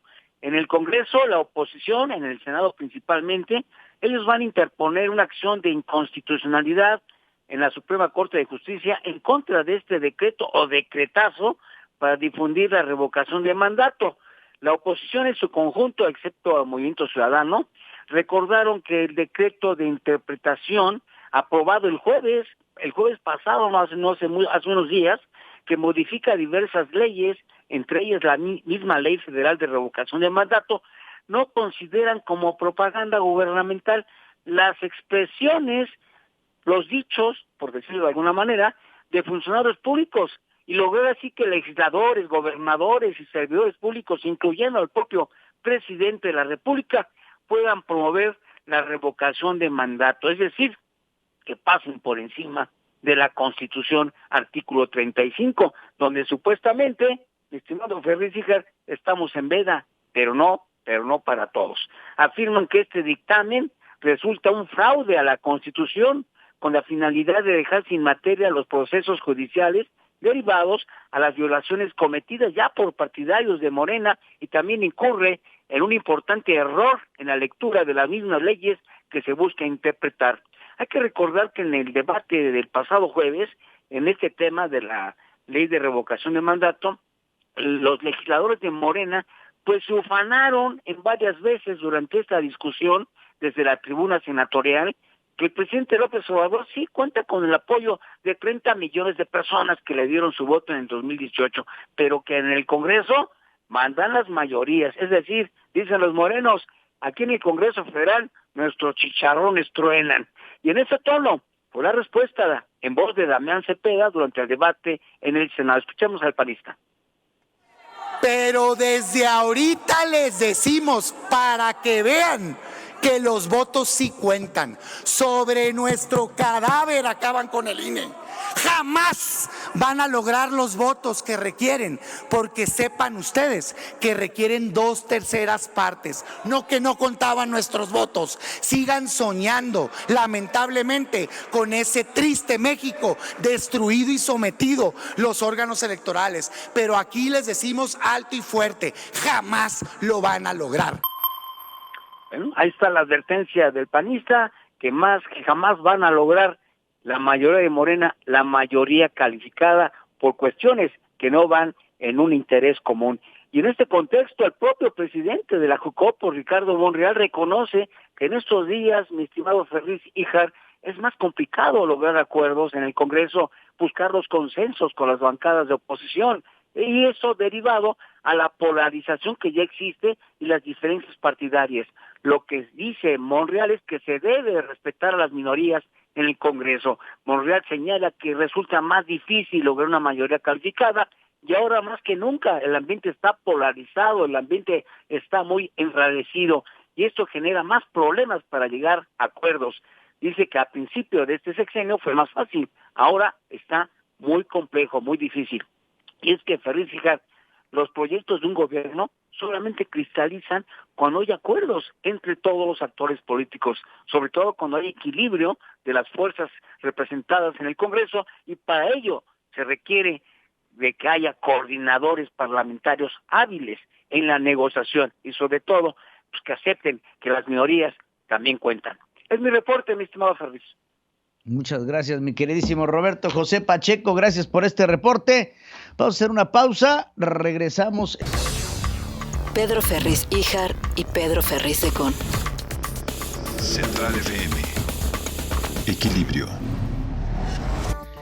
Increíble que todo el esfuerzo que se virtió a la inauguración del aeropuerto Felipe Ángeles, y perdone que sea yo reiterativo con el tema, acabó enfocado en un puesto de garnachas, en un puesto de tlayudas, en una mujer que vio, un costo, una oportunidad para ir a hacer negocio y sacar el alimento de un día. Porque esa señora que estaba vendiendo tlayudas en el aeropuerto no hizo su agosto, sacó lo que necesitaba para comer. Y todo esto, pues, ha desvirtuado lo que el presidente quería hacer. Entonces, lo primero que me gustaría pasarles, para aquellos que no lo vieron, es este video que se viralizó, en donde dentro del aeropuerto había una mujer de escasos recursos que burla toda la seguridad para ponerse a vender su trabajo. Veamos.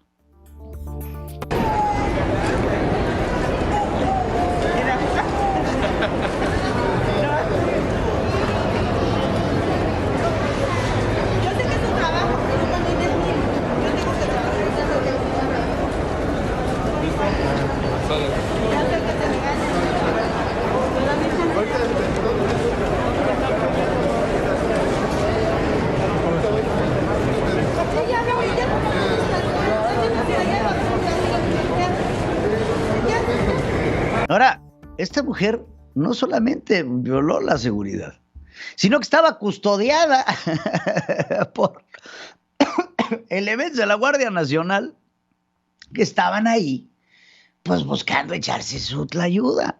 ¿Por qué? Pues porque el aeropuerto no tiene los elementos necesarios para poder operar. Porque el aeropuerto no tiene tanto como una cafetería. Porque el aeropuerto no tiene tanto como una tiendita, como pues, siquiera comprarse algo esponjoso, ¿no? Pues un gansito, algo que ayude a la tripa. Entonces, pues esta mujer vio la oportunidad para poderlo hacer y hacer su negocio. Ahora, este evento de la mujer vendiendo tlayudas fue motivo de toda una explicación por parte del presidente de la República, quien estaba indignado, quien acusaba a los medios de comunicación el día de hoy en la mañanera de ser clasistas, porque el presidente cree que los medios de comunicación Estamos aquí desprestigiando a la señora que vio la oportunidad de hacer negocio en ese lugar y que lo tuvo que hacer producto de la propia ineficacia de su gobierno. En realidad, la culpa no es de la señora. La culpa es del presidente de México, que tiene en un desabandono total a la población y que bajo el concepto de querer ayudar a los pobres, no los ayuda. Porque si los ayudara, esta mujer no tendría por qué estar ahí. Hoy el presidente se refiere, inclusive burlándose. ¿Qué querían ver entonces? ¿Hamburguesas? Pegándole nuevamente a la economía que él, espero piense que represente el neoliberalismo de un pan con carne. Así hablaba el presidente en su conferencia mañanera. La nota principal era de que una señora estaba vendiendo tlayudas. Entonces,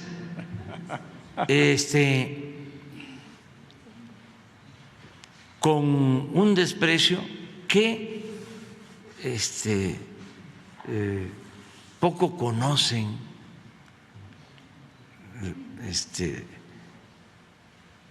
México, las culturas de nuestro país. Ya quisieran comerse una tlayuda. O sea, ¿qué quieren? Son deliciosas además. ¿Cómo se llaman las tortas de Estados Unidos? Hamburguesas. Pero es mucho el racismo, ¿sí?, el clasismo y el coraje, ¿no? Imagínense ustedes un presidente que todavía, digo, no sé, perdónenme, pero Andrés Manuel, no sé qué tan estúpido seas, pero ¿cómo se llaman las tortas de Estados Unidos? Simplemente analicen ese comentario. La pregunta del presidente es ofensiva. Hamburguesas. No son tortas. Son hamburguesas. Porque para el presidente se le hace ofensivo.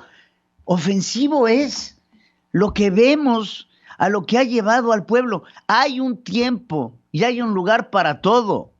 Nadie está diciendo que las tlayudas no son deliciosas. Son deliciosas. Los tlacoyos, los guaraches, los papazules, los tamales, los chapulines. La gastronomía mexicana es deliciosamente rica. Pero ese no es el problema. Despierta, Andrés Manuel. Abre los ojos. Ponte los zapatos de mandatario. Usa el cerebro por una vez en tu vida. El problema no es la mujer que está vendiendo tlayudas. El problema es tu gobierno, que lleva a esa mujer a ese lugar, en ese momento, a vender esas tlayudas para poder sacar qué comer, porque tú la tienes en el abandono, a pesar de que dices que los ayudas. Es lamentable ver en un aeropuerto de talla mundial, y lo entrecomillo, salir a ver este tipo de escenas como si estuviéramos en el centro de África. ¿En dónde quedó el México que estaba camino a la prosperidad, camino al crecimiento económico, camino al desarrollo de talla mundial, camino a elevar el nivel no solamente del debate, el nivel de vida? Tenemos un México miserable que no teníamos antes de que tú llegaras.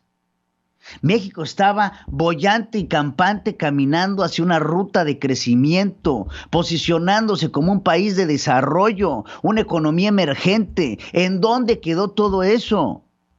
¿En dónde quedó las ganas de los mexicanos de salir adelante, que hoy nos tenemos que detener a platicar sobre una mujer que vende tlayudas en la inauguración de la mega obra de su gobierno? Mediocre, mal hecho. No se trata de las mujeres, no se trata de las tlayudas. En esta ocasión, se trata de usted, señor presidente. Hacemos una pausa, regresamos. Ernesto Peña está con Pedro Ferriz de Con. Central FM. Equilibrio. Como todos los martes, le doy la bienvenida a mi queridísimo Ernesto Peña, al que saludo con el gusto de siempre. Ernesto, ¿cómo estás? Me da mucho gusto saludarte, Pedro. Buenos días, México.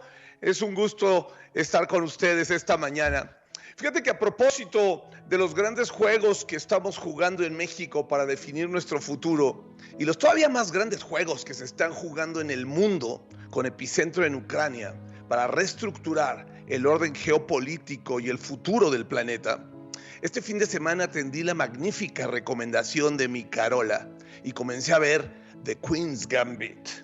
¡Qué maravilla! La multipremiada serie dramática de 7 capítulos estelarizada por la fabulosa Anya Taylor-Joy, que interpreta el papel de Beth Harmon, una virtuosa jugadora de ajedrez que a los 9 años descubre su talento excepcional y a los 20 se vuelve campeona mundial venciendo en Moscú al hasta entonces invencible campeón ruso. ¡Qué miniserie más fascinante! No pude parar. Me la bebí completa entre sábado y domingo, los 7 capítulos junto con una muy buena botella de tequila. Como dicen mis amigos regios, la primavera entró con madre. Y yo creo que no solo entró con madre, sino también con padre y con toda la parentela.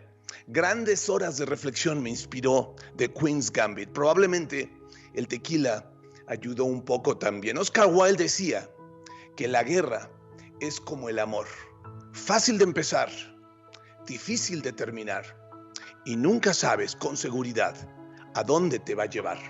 A lo largo de mi vida, Pedro, a lo largo de mi vida, México, he verificado una y otra vez la precisión de esta frase mágica de Oscar Wilde.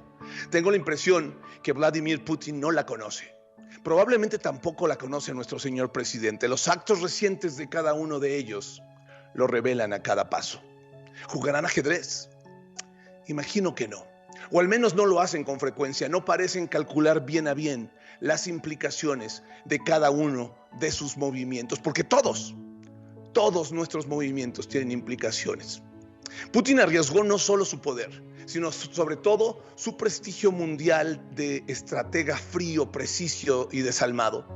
Pero al mismo tiempo se le consideraba visionario y supracalificado. Bajo ese prestigio construyó su imagen y su liderazgo global que le redituaron durante muchos años un enorme respeto y hasta temor mundial. En poco menos de un mes ha depredado completamente ese prestigio. Está terminado. La jugó muy mal. Es clara su frustración. Sus movimientos han sido mal calculados. Aunque está generando una inhumana devastación en Ucrania, ninguno de sus objetivos ha sido alcanzado y ha quedado al descubierto la indisciplina, la falta de preparación y la ausencia de una conducción estratégica de su ejército. Es francamente decepcionante, pero sigue siendo un peligro mundial. Tiene muchas armas nucleares y está desesperado. La invasión rusa a Ucrania deshizo el orden geopolítico de los últimos 30 años. Para ganar en un movimiento de esa magnitud, necesitaba haber asegurado primero el respaldo de China. No lo hizo. Su arrogancia lo cegó. Beth Harmon, en The Queen's Gambit, logró ganar el campeonato mundial de ajedrez por una sola básica razón, no solo su talento. Entendió la relevancia del trabajo en equipo y contó con el respaldo de los mejores jugadores de su clase que conoció a lo largo de su carrera y que hizo sus aliados. No lo había logrado, no había podido lograrlo de ninguna otra manera. Para que Putin pudiera ganar esta cruzada perversa, necesita a China. Este es un momento crítico para el cálculo chino. Beijing lo sabe, yo creo que lo entiende. No puede poner en peligro su relación con la Unión Europea, una de las piezas del tablero de Xi Jinping, que ha jugado con mayor audacia, con mayor precisión para consolidar su liderazgo mundial, a pesar de sus confrontaciones continuas con los Estados Unidos. En Asia, Corea del Sur y Japón están abiertamente con Estados Unidos y con la Unión Europea. En esas condiciones, la India está casi obligada a dar la espalda a Moscú. China tendrá que decidir cuál va a ser su siguiente jugada. De ella, más que de ningún otro país, depende en este momento el futuro del mundo. Por el bien de todas las naciones, esperemos que China juegue un Queen's Gambit, un gambito de reina, y sacrifique su relación con Rusia, a cambio de una posición de fortaleza estratégica y de cercanía con Europa y con sus vecinos de Asia. No tengo la menor duda.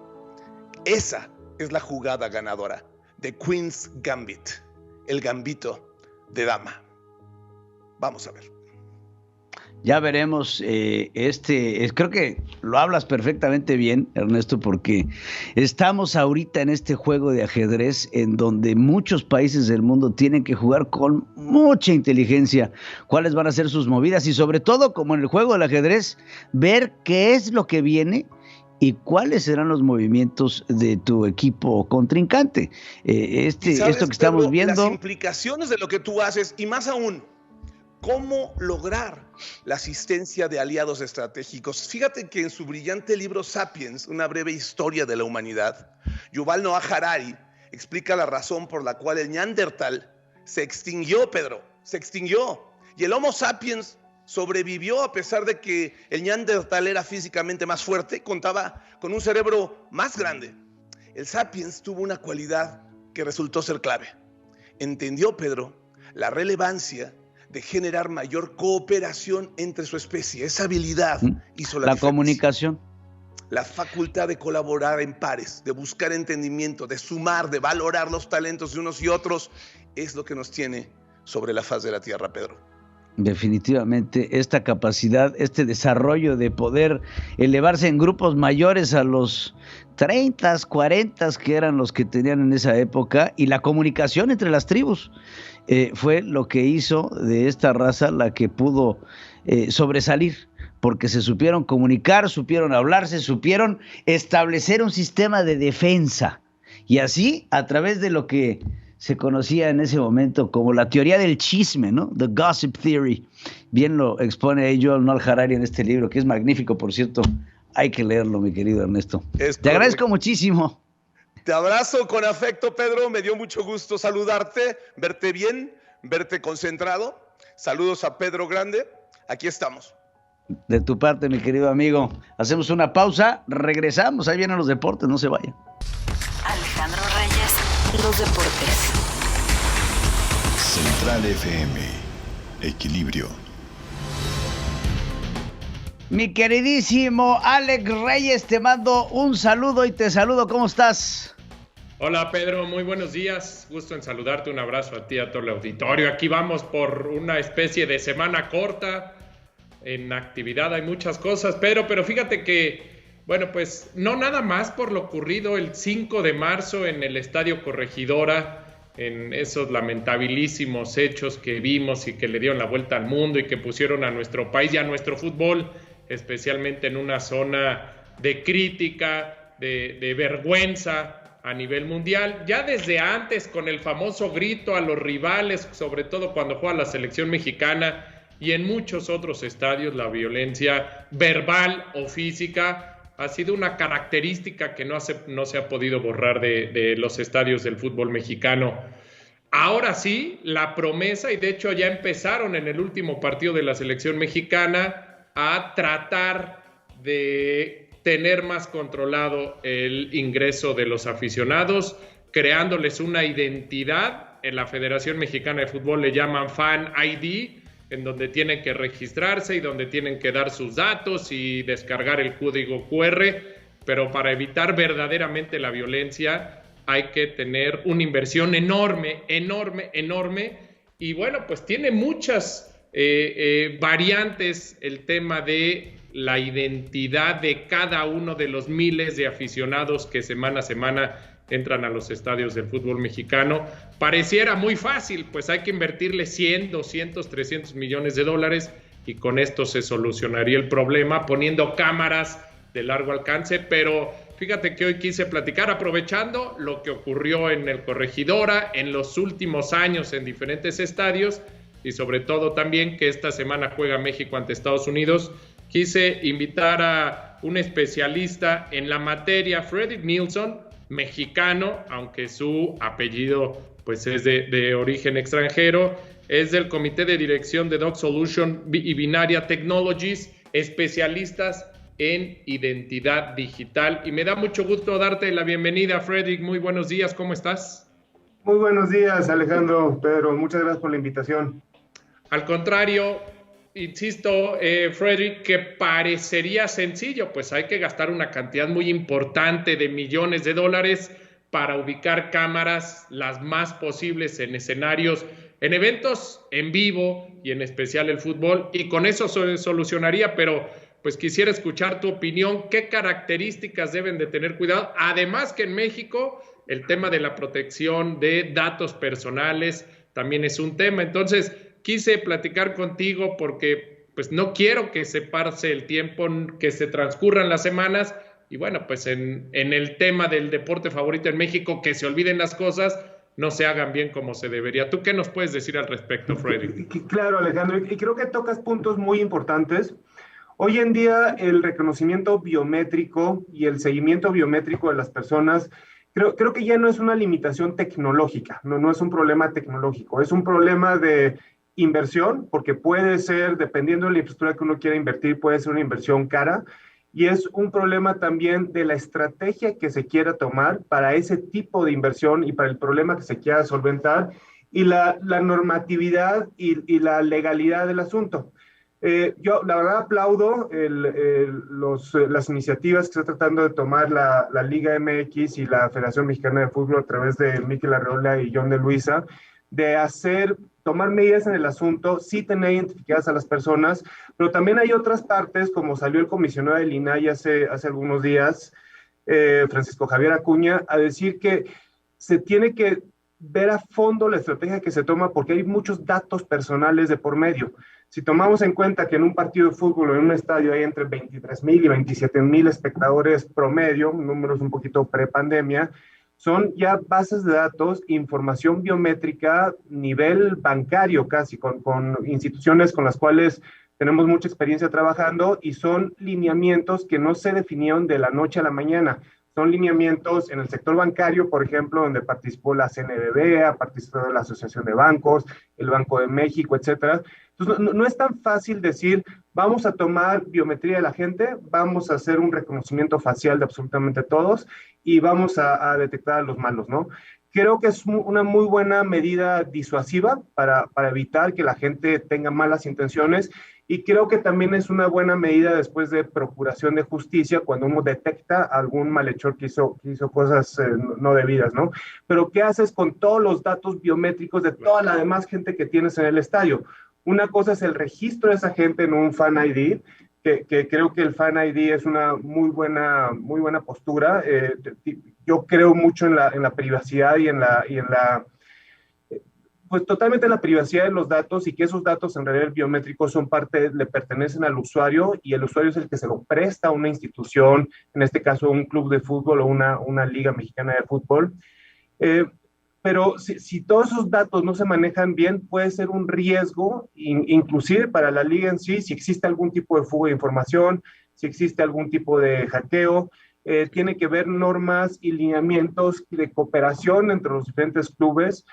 Comentó en la conferencia de prensa Mikel Arreola que se iba a generar la dirección, no me acuerdo el nombre exacto, pero era la dirección de tecnología y seguridad, creo, o algo así era, que iba de manera conjunta coordinar los esfuerzos de recolección biométrica de los diferentes clubes, pero para coordinar y supervisar la recolección biométrica de los usuarios, primero hay que plantear reglas, lineamientos y normativas, porque sin esas reglas, lineamientos y normativas, pues no hay mucho que supervisar, y creo que es algo que se tiene que tomar con mucha seriedad, especialmente en la realidad en que vivimos, donde los datos personales te permiten hacer tantas cosas hoy en día, ¿no?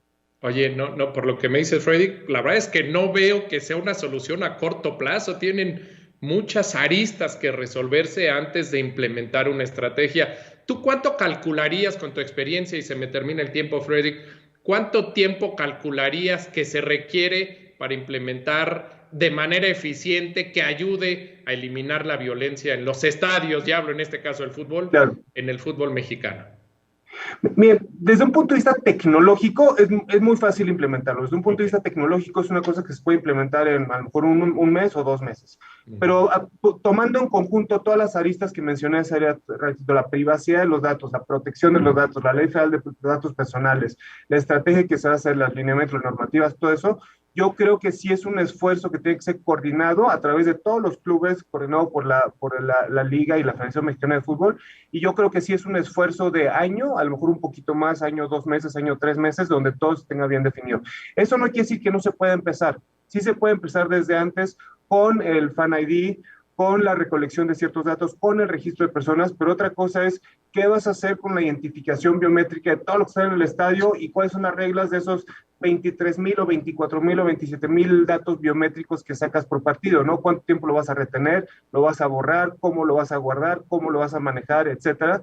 Donde sí creo que se necesita siempre el acompañamiento de empresas expertas en la materia y que tengan mucha experiencia en el manejo de los lineamientos y la privacidad de datos en otros sectores como puede ser el financiero, por ejemplo. Pues mire, es un tema bien interesante, ¿no? Pareciera que fuera sencillo, insisto, con varios millones de dólares se resuelve, pero es un esquema mucho más amplio y este periodo que nos dices de un año aproximado, pues ojalá que se trabaje bien rápido y que pues pronto en México se pueda controlar. Así se ha controlado en muchos otros países y creo que México, por el bien del fútbol y de que los niños y las familias puedan y se animen a regresar a un estadio, se logre lo más rápido posible. Fredrik Nilsson, del Comité de Dirección de Doc Solutions y Binaria Technologies, te agradezco mucho este comentario, este análisis, y ojalá que la liga voltee a verte como mexicano, como hombre que conoce perfectamente, y por lo menos una asesoría les puedas dar, porque no sé, honestamente, si están entendiendo todo lo que implica. Te mando un abrazo, Fredrik, muy buenos días. Muchas gracias, Alejandro, muy buenos días, y no nos olvidemos que no solo son complejidades y retos, también hay muchos beneficios con la identificación biométrica y cosas que los mismos espectadores se pueden beneficiar, desde temas de lealtad, desde temas de acceso más expedito, un montón de cosas que hay por ahí que hacer. Fredrik, muchas gracias, buenos días. Hasta luego. Gracias, buenos días. Pedro, saludos a todos, muy buen martes.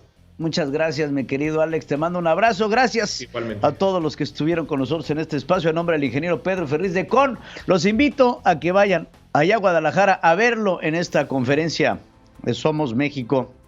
El día de hoy, a las 18 horas, a las 6 de la tarde, ahí en el Auditorio Palco.